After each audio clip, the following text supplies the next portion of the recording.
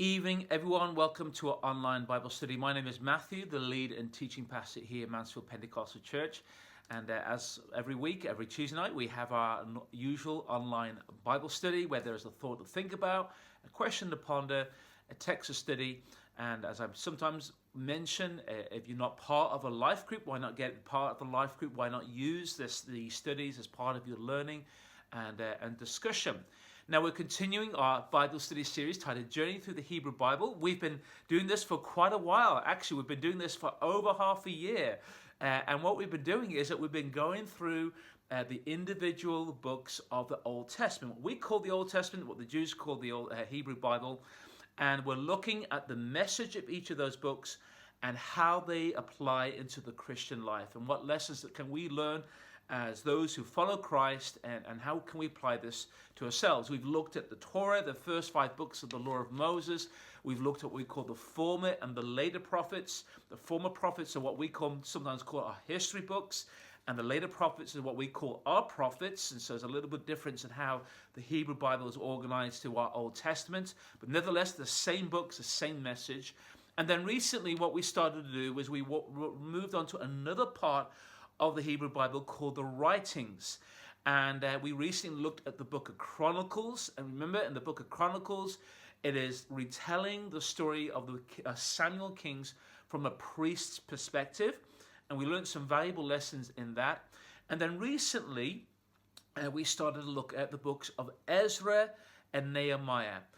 Now, before we look at the remaining prophets, we call the post-exilic prophets, namely Haggai and Zechariah and Malachi, tonight we're going to look at the book of Esther, because the book of Esther, again, it fits in the section of the Bible called the Writings, and it fits at this particular time in the period of the history of the Jewish people when the Persian Empire was the main power in the ancient Near East at that time.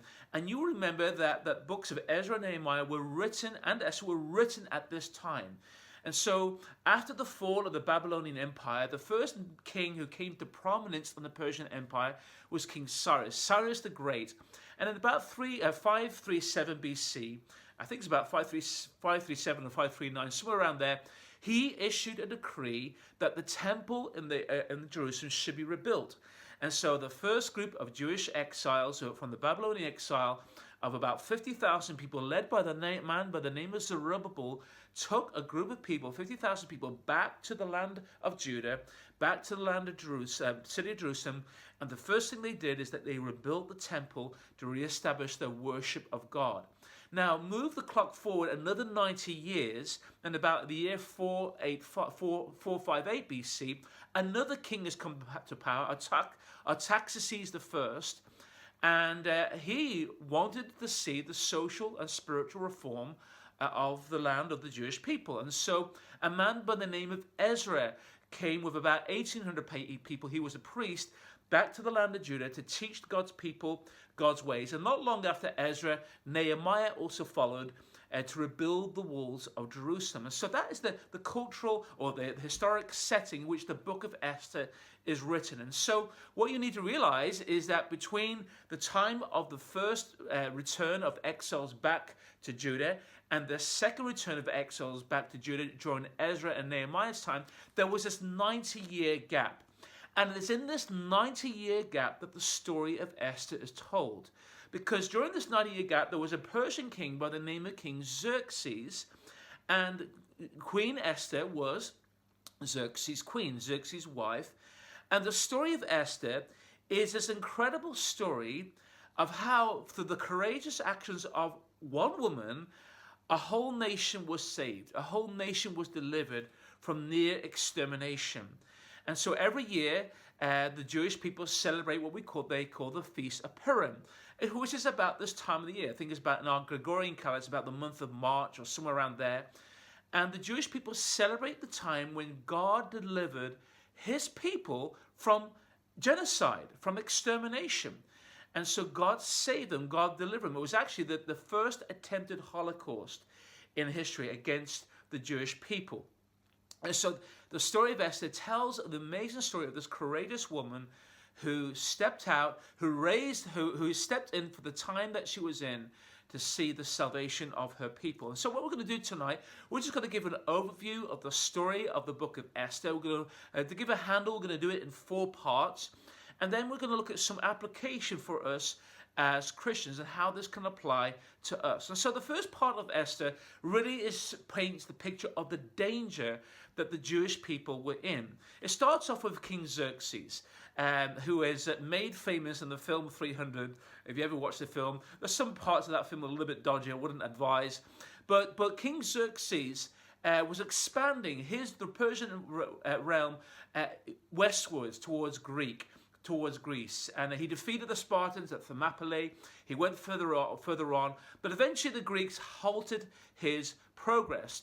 And it starts with the scene where King Xerxes is having a 7-day feast with his generals and his officials, and with the opulent wealth of his kingdom and his reign and his realm. And Queen Vashti, who is his queen at that time, he wants to show her off to his generals as a sort of a beauty pageant, as it were, to the Gentiles.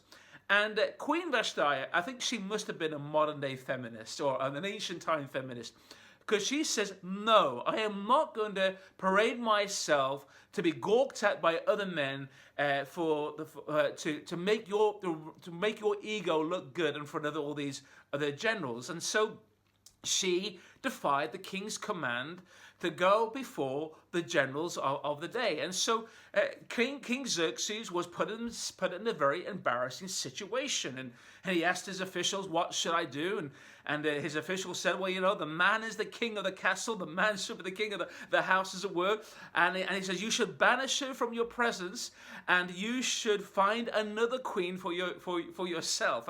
And that was the sort of the background, painting the background of the story of what led to the danger of the Jewish people. And so in the midst of this, he sets out a beauty pageant to find the most beautiful woman in the Persian Empire to be his queen. And after 12 months of beauty treatments and having these different women presented before him, he chose a woman by the name of Esther, who, unknown to everyone else, was a Jew of the tribe of Benjamin, and Esther becomes his queen. And as a young girl, Esther, her parents had died, and so she was being looked after her older cousin, a man by the name of Mordecai.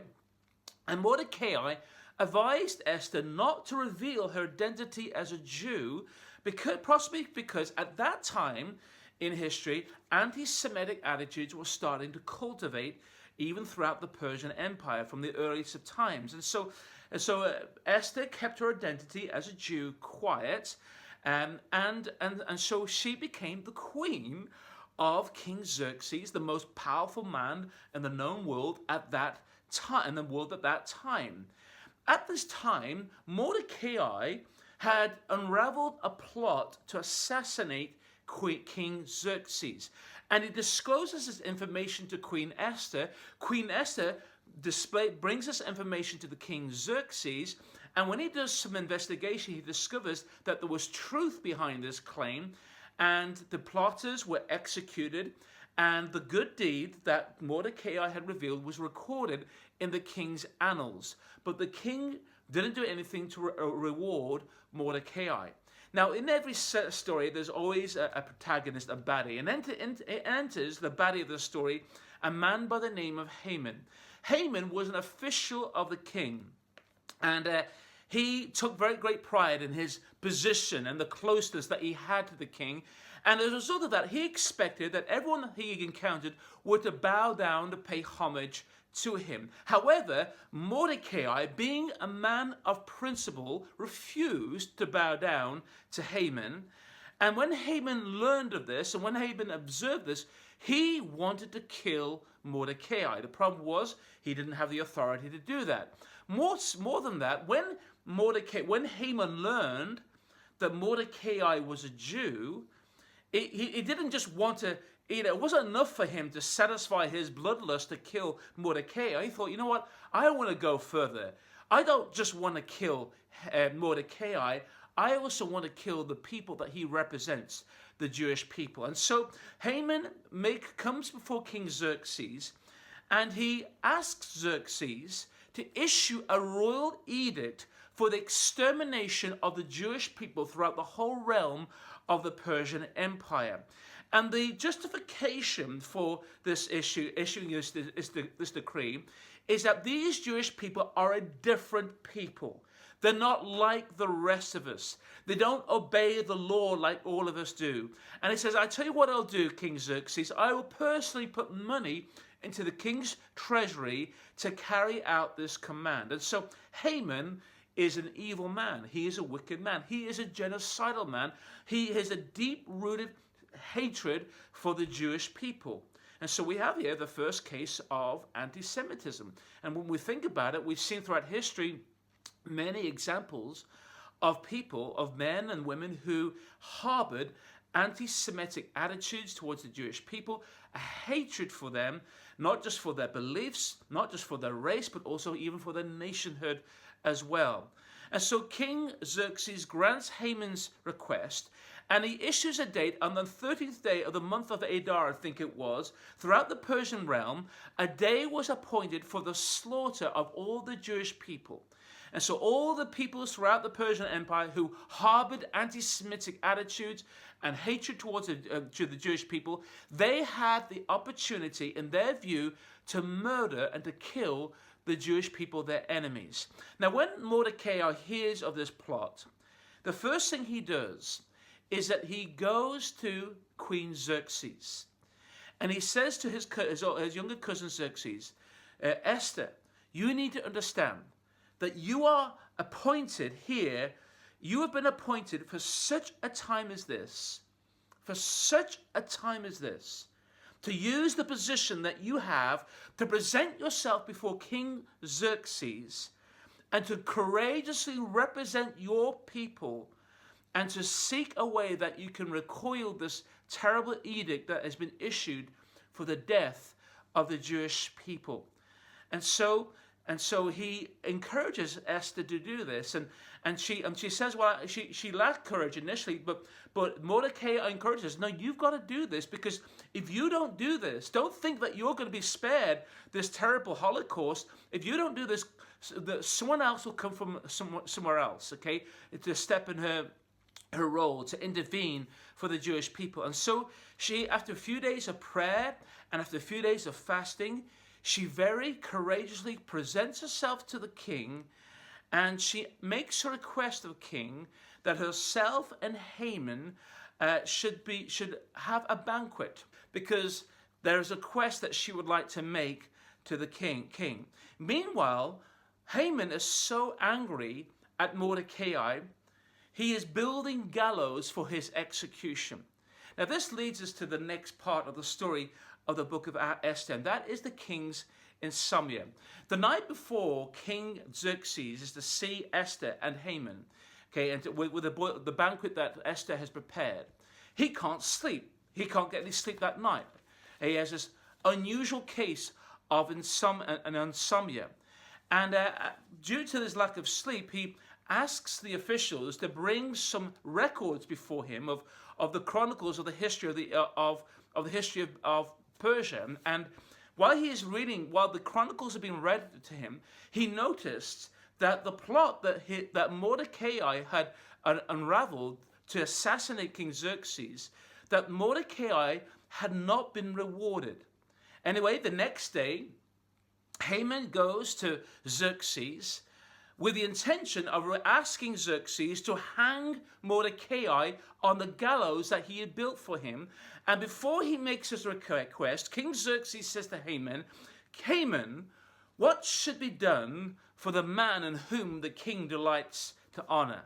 Haman thinks himself, what other man in this kingdom could the king not honor more than me? And so Haman says, well, you know what?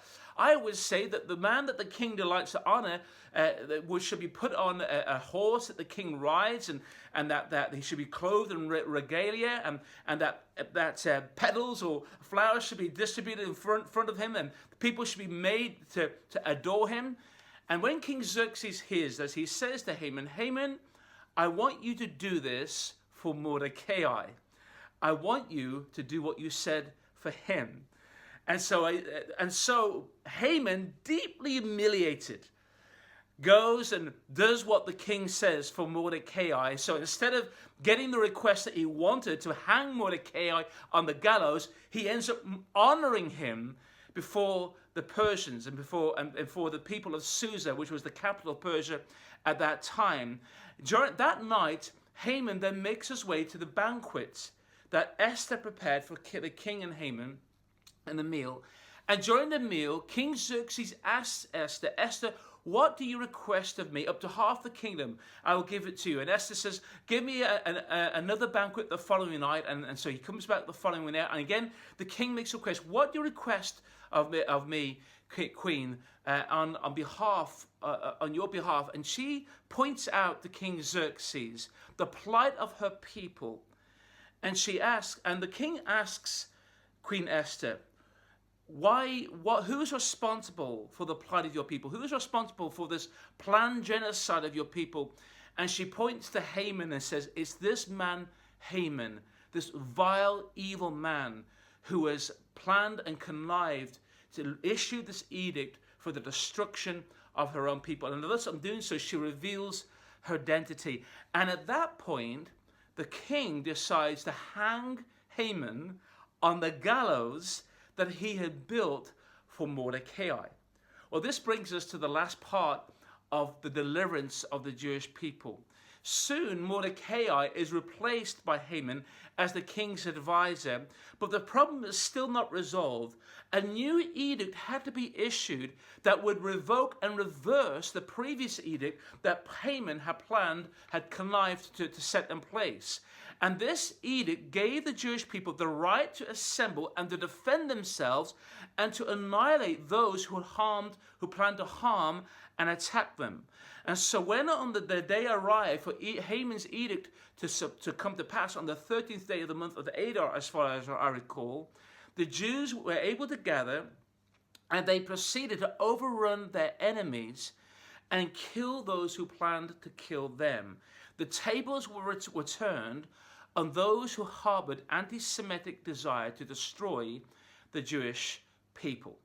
And so as we close the story of Esther, we see the incredible story of how the heroic actions of one woman saved her nation from extinction. Were it not for Esther, then the Jewish people would have been destroyed. Jesus would never have been born. And so every year on the 13th day of the month of Adar, the Feast of Purim is celebrated, where the Jewish people remind themselves of how God delivered them from extermination. Now, what makes the story of Esther unique compared to any other book of the Old Testament is that you'll notice when you read the book of Esther, there's literally no mention of God. In fact, there's only one other book in the Hebrew Bible where there's no mention of God, and that is the book of the Song of Songs. But yet, very clearly, in the book of Esther, although God's name is not mentioned, God is clearly working behind the scenes of the story in a series of coincidences, though I'd rather call them God-incidences. Esther, a Jewish woman, so happened to replace Queen Vashti to be the king's queen. Mordecai so happened to uncover the plot to assassinate the king and disclose it to the king. Xerxes so happened to have insomnia on the night before Haman planned to kill Mordecai. And on that night, it so happened that the reading of Mordecai's actions, the loyalty to King Xerxes, was disclosed. And so all of these God incidences were happening throughout the story of Esther, even though God's name is not mentioned. And what this all suggests is that God is completely in control of what is happening behind the scene. You know, sometimes we may wonder, where is God in our time of need? But the story of Esther reminds us that God is right here working in our behalf. Even though we don't get any divine revelations or voice from heaven or glorious visions of God, it's very clear that God is working behind the scenes, that God is orchestrating the events, that God is working on our lives, in and around our lives to fulfill his purpose. And so the theme of Esther, a strong theme of Esther, is that God is in control. It's interesting, although God's name is not actually explicitly mentioned in the book of Esther, many scribes and Jewish rabbis would say that actually his name is written in the book of Esther in the encoded language. In fact, in 5 parts of the scriptures of the book of Esther, there are what we call 5 acrostics, where 4 consecutive words, where the first letter of each consecutive word spells the name of Yahweh, the name of God, the name of the God of Israel. And it could be that the reason why this God's name is written in secret code, as it were, in the book of Esther is because, as I mentioned earlier on, it was written at a time where there was this predominant anti-Jewish sentiment in the wider population. There was predominant anti-Semitism, and therefore to mention the name of God may have been seen to be subversive in that culture. Hence, God's name is written in coded language in the Hebrew language in the book of Esther. In fact, the last part, coded language in chapter 7 verse 5, literally reads, I am, okay? Which is obviously the name for God. And so when we look at the life of Esther and the story of Esther, I find it inspiring that the courage of one woman saved a nation.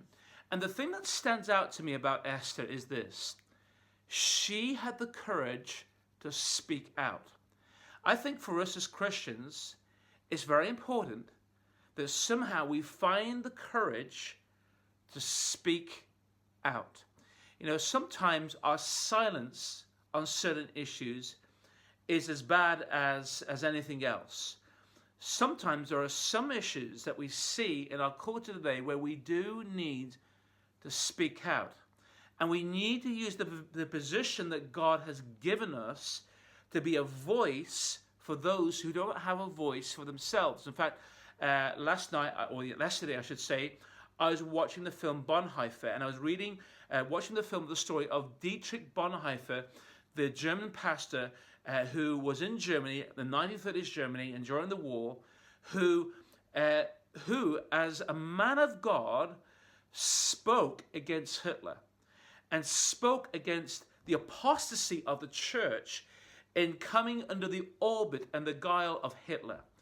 And there was a part there in that film that really spoke to me, and was saying that when the communists were being persecuted, the church didn't speak out. And then when the gypsies are being persecuted, the church didn't speak out. And when the Jews are being persecuted, the church did not speak out. And it was only a matter of time before Hitler started to go after the Christians who would not bow the knee to Hitler. I think and Bonhoeffer being one of them. And I think there's a real truth here for all of us, that when we see our culture going in the wrong direction, we need to have the courage of our convictions to do what Esther did, who at such a time that she was in, she spoke to the king, she exposed the plot, and she exposed what was going on, and her actions were instrumental in saving the Jewish people. God has given you a position. God has given you a place. God has given you for such a time as this moment in your life to make a difference. And I pray for yourself and for myself and for all of us that we as God's people will have an Esther moment, a courage to have an Esther moment, the courage to have a Dietrich Bonhoeffer moment, to be a people who stand in the gap, who raise up for such a time as this, to be a voice for God, to seize the moment, and to make a difference in our world, particularly as our culture compromises on truth, and as a culture gradually, in fact, there is a slow and gradual soft totalitarianism that's coming into the West, and we need to guard against that, and we need to pray against that, but you also need to use a voice constructively against that. And so I think the story of Esther is something that we can emulate. For you as a believer, as a Christian, maybe in your workplace, it's becoming increasingly more difficult for you to stand for your convictions in the worst workplace. I pray that God will give you an Esther moment in those moments to take a stand for such a time as this. And so that's our thought to think about, guys, as we look at the story of Esther. And I hope that we all gain some encouragement and comfort in all of the, and strength in this. A question to ponder is this. The question is this: in what ways has God placed you in a unique position for such a time as this to make a difference in the lives of others? And a text to study. I want you to read Esther chapters 4, verses 12 to 17. What does Mordecai's message in Esther reveal about God's providence and human responsibility? How does Esther's response demonstrate faith and courage? And what might we learn from her example? What risks might God be calling you to take in order to stand for righteousness and to help those in need? I think the story of Esther is an important message, particularly today for the church. And I pray that as God's people, we may draw strength from her example. God bless you all, guys. Have a great rest of the day, and looking forward to seeing you over the weekend.